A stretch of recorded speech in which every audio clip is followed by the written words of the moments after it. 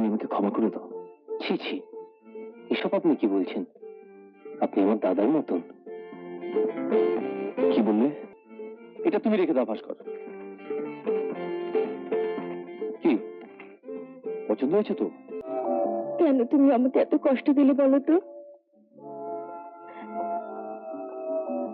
কষ্ট আমিও কম পাইনি লীনা।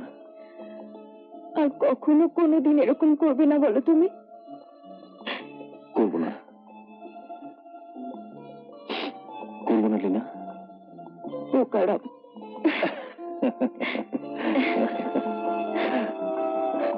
একটা কথা লীনা, কি? আমি কিন্তু বাবা মার বাড়িতে আর ফিরে যাব না। সে কি? কেন? লীনা, তুমি চাও না তোমার অঞ্জন নিজের পায়ে দাঁড়াক? চাই অঞ্জন, খুব চাই। তাহলে সোমা আসেনি? আমি এখানে দাদা।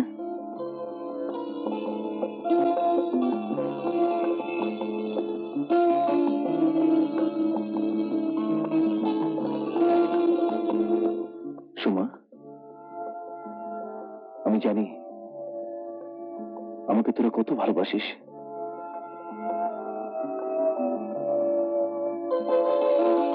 তুই আমাকে ভুল বুঝিস না। বাবা মাকে বুঝিয়ে বলিস এবার আমি নিজের পায়ে দাঁড়াতে চাই রে। বাবা মা আমাকে আশীর্বাদ করবেন না?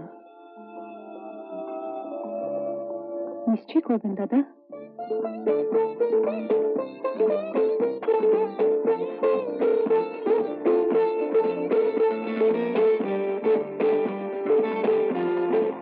ভাস্কর,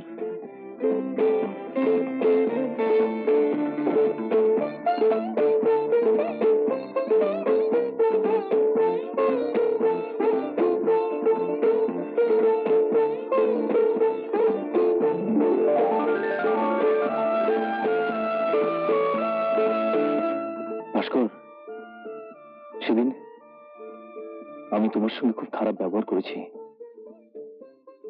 তুমি তুমি আমাকে ক্ষমা করে দাও।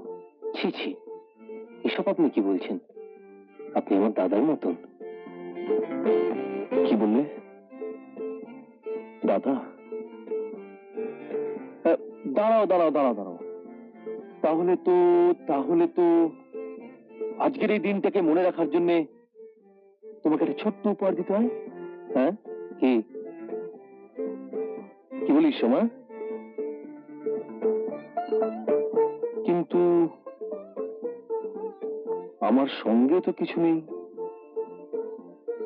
কি দেয়া যায়? কি?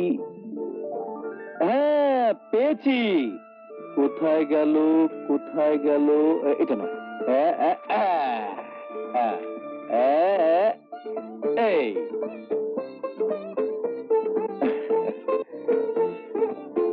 এটা এটা তুমি রেখে দাও ভাস্কর। কি পছন্দ হয়েছে তো? আরে এ তো কোনো কথাই বলে না। আরে সোমা,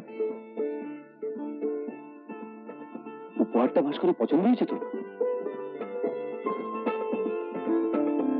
কি রে, তোর কি মনে হয়?